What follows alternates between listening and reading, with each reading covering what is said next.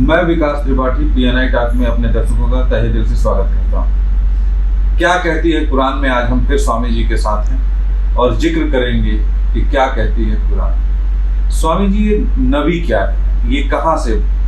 नबी, देखिए, नबी जो वर्ड है, नबी ईश्वर एक व्यक्ति भेजते हैं धरती पर जब धरती पे बहुत गफलत हो जाए, जो हमारे सनातन धर्म में आ रहा है यदाई धर्म से। जब नबी अल्लाह जब भगवान जब धरती पे बड़ी गड़बड़ हो जाती है तो किसी व्यक्ति को भेजते हैं। फिर वो व्यक्ति के साथ कोई घटना घटती है, जो उसके साथ घटी वो सारा ब्रह्मांड घूम गया है 6 अक्टूबर 2016 की रात को।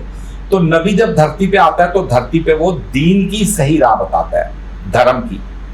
धर्म को रिफाइंड करके रिफॉर्म्स कर देता है धर्म के अंदर। पुरानी जितनी भी बातें हैं, मिसकंसेप्शन है, उनको सबको काट छांट करके वो सही चीज को संसार के सामने बताता है, क्योंकि वो अल्लाह से मिलाता है, भगवान से मिलाता है। तो देखिए, जो व्यक्ति 6 अक्टूबर को स्वर्ग नर्क दिखाया, भगवान से मिलाया, सारा ब्रह्मांड दिखाया, ब्रह्मांड का सारा उसने डाटा कॉपीराइट करा लिया भारत सरकार से, नासा को दावा किया, तो वो सारी बातें तो हो गया सेकंड कॉन्सेप्ट। आ जाइए नबी पे।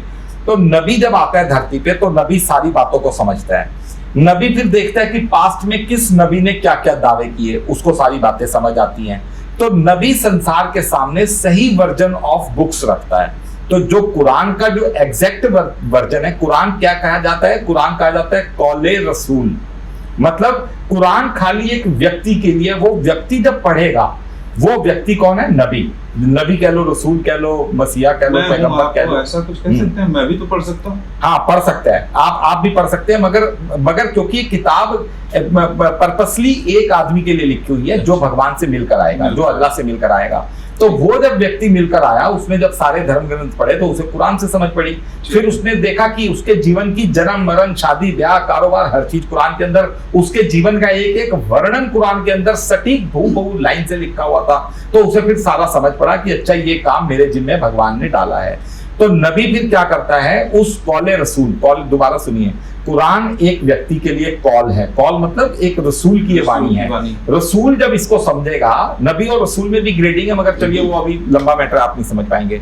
तो जब नबी इस कुरान को सारी समझेगा, रसूल जब समझेगा, तो वो इसका एग्जैक्ट वर्जन संसार के सामने रखेगा। जब इसका एग्जैक्ट वर्जन संसार के सामने आएगा, अभी तक तो मैं समझ रहा हूं, मान लीजिए मैं रसूल हूं, मैंने आपको समझा दिया, आप भी रसूल हो गए। अच्छा, मीडिया के थ्रू 1000 लोगों को पता चला, 1000 रसूल हो गए। संसार के सामने जब कुरान वो सारी दुनिया को रसूल बना देगा। ये इस्लाम की बात आपको बताई जा रही है। जब वो रसूल समझेगा, वो सारी दुनिया को रसूल बना देगा, क्योंकि कुरान में क्या लिखा है वो समझ आ जाएगी।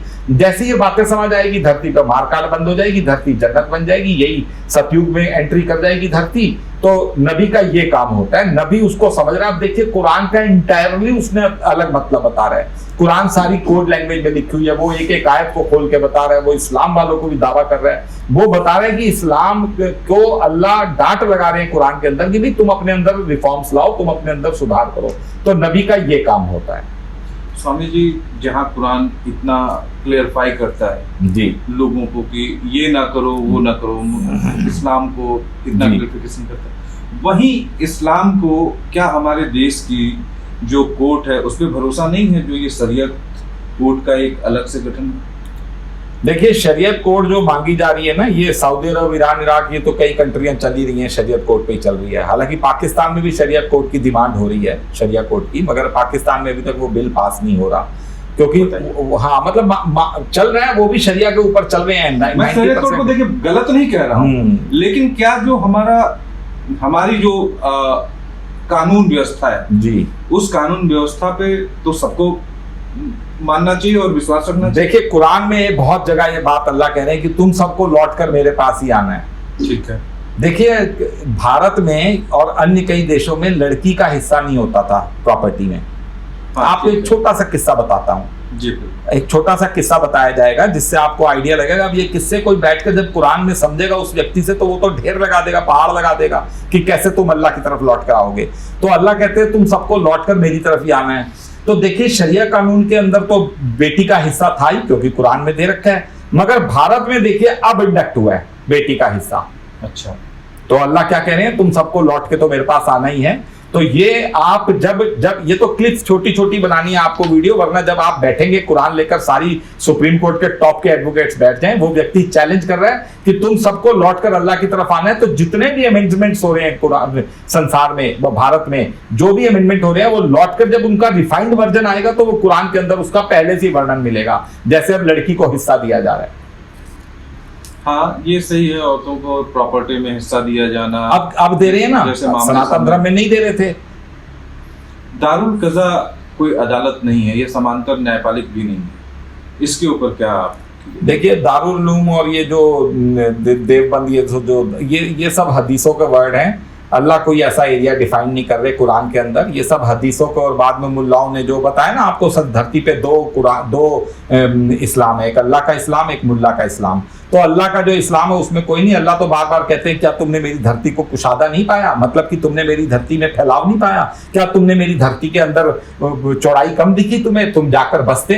तो अल्लाह कोई ऐसे एरिया को डिफाइन, वो जो दारुल उलूम और ये देवबंद है, देवबंद यानी देवताओं की पूजा बंद, तो ये सारा वो गलत कर रहे हैं। उन्हें जब उनकी खोपड़ी में बातें आएंगी कुरान की, तो वो अपने आप समझ जाएंगे कि हम लोग अल्लाह का जो फैलना है उसे रोक रहे हैं, एक देवबंद जैसा एरिया बनाकर कि इस चार दीवारी के अंदर अल्लाह की पूजा होगी, वो इस कॉन्सेप्ट को गलत समझ रहे हैं। कोई ऐसा कुरान के अंदर कोई ऐसा वर्णन नहीं है। कुरान तो उल्टा कहती है फैल जाओ, मेरी धरती पे फैल जाओ और मेरी धरती पे मेरी असली टीचिंग्स दो, सारी दुनिया इस्लाम वाली बने। बहुत अच्छी बात है। हम को जो है इस्लाम को जो है कुरान पे शंका क्यों? इस्लाम को कुरान पे शंका क्यों? इस्लाम को कुरान में, क्योंकि कुरान कोड वर्ड में लिखी हुई है ना, कुरान सारी कोड लैंग्वेज में है। कुरान देखिए कहाँ पहुंची हुई है, आप ये तो इस्लाम को भी नहीं पता कुरान कहाँ पहुंची हुई है। ये तो इस प्लेटफॉर्म से दावा किया ही जा रहा है कि कुरान में तो अल्लाह इस्लाम वालों को डांट लगा रहे हैं। अल्लाह वो लोग इस्लाम वाले इसको अपने, देखिए कुरान में एक जगह आती है आयत कि अल्लाह कहते हैं तुमने मेरे बड़ा खून पी लिया और तुमने बड़ा तंग किया। हालांकि मैं आपको उसका यहाँ पर आपको दूसरे तरीके से बताया जा रहा है, वो सब्त के दिन के लेकर, यहूदियों को लेकर कोई दूसरी तीसरी बातें, मगर उसका एग्जैक्ट वर्णन देखिए यहाँ पर एक छोटी सी, जैसे आपको शरिया कानून में औरत का हिस्सा बताया, ऐसे आपको बताया जाता है कि अल्लाह एक जगह आयत में लिखते हैं कि तुमने बड़े नियम तोड़े, तुमने बड़ा तंग किया, तो मैंने कुछ को तो बंदर बना दिया और कुछ को मैंने बना दिया सुअर। तो देखिए कोरोना जो आया हुआ है, आज धरती पे दो ही तरह के मास्क है, एक में आदमी सुअर लगता है, एक में आदमी बंदर लगता है। तो आप देखिए कुरान वहां पहुंची है जहां हम लोग सपनों में पहुंच भी नहीं सकते। अब ये पूरे इस्लाम को चैलेंज है धरती पे इस आयत का कोई मतलब बता दे।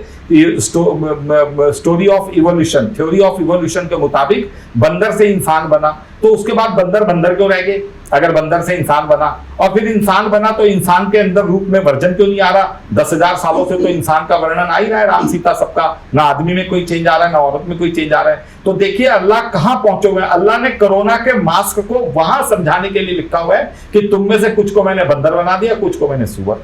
तो कुरान कहीं अलग पहुंची हुई है, वो समझना पड़ेगा। स्वामी जी बहुत ही रोचक बातें संसार के सामने जब आएंगी, और संसार के सामने जब आएंगी और लोगों को सोचने पे जो है मजबूर होना पड़ेगा। तो ये देखिए ये सारी बातें पहुंचा रखी हैं, प्राइम मिनिस्टर ऑफिस सब जगह पहुंचा रखी हैं। मोदी जी शांत हैं, दाढ़ी बढ़ा रहे हैं। रमजान पे पिछले उन्होंने अल्लाह वालों से रिक्वेस्ट की कि अल्लाह वालों अल्लाह की इबादत करो, कोरोना जाए। तो अब इनकी थालियां कहीं गई, बजाने कहाँ गए, इनके वो सब कैंडल्स कहाँ गई, इनको क्या शंकर पे विश्वास नहीं रहा, इनको क्या महादेव पे? पूरे वर्ल्ड की मीडिया में बात उठी गई कि मोदी जी ये क्या बोले इस बार। तो मोदी जी को ये सारी खबरें पता है। अल्लाह अल्लाह एक हिंद सनातन धर्म चिल्ला रहा है, एक ब्राह्मण अल्लाह से मिलाया, भगवान से मिलाया, स्वर्ग नर्क दिखाया। मोदी जी की चुप्पी बीजेपी को ले डूबेगी। चलिए ये बड़ा रोचक है जी, और हम अपनी चर्चा को यूं ही आगे बढ़ाते रहेंगे।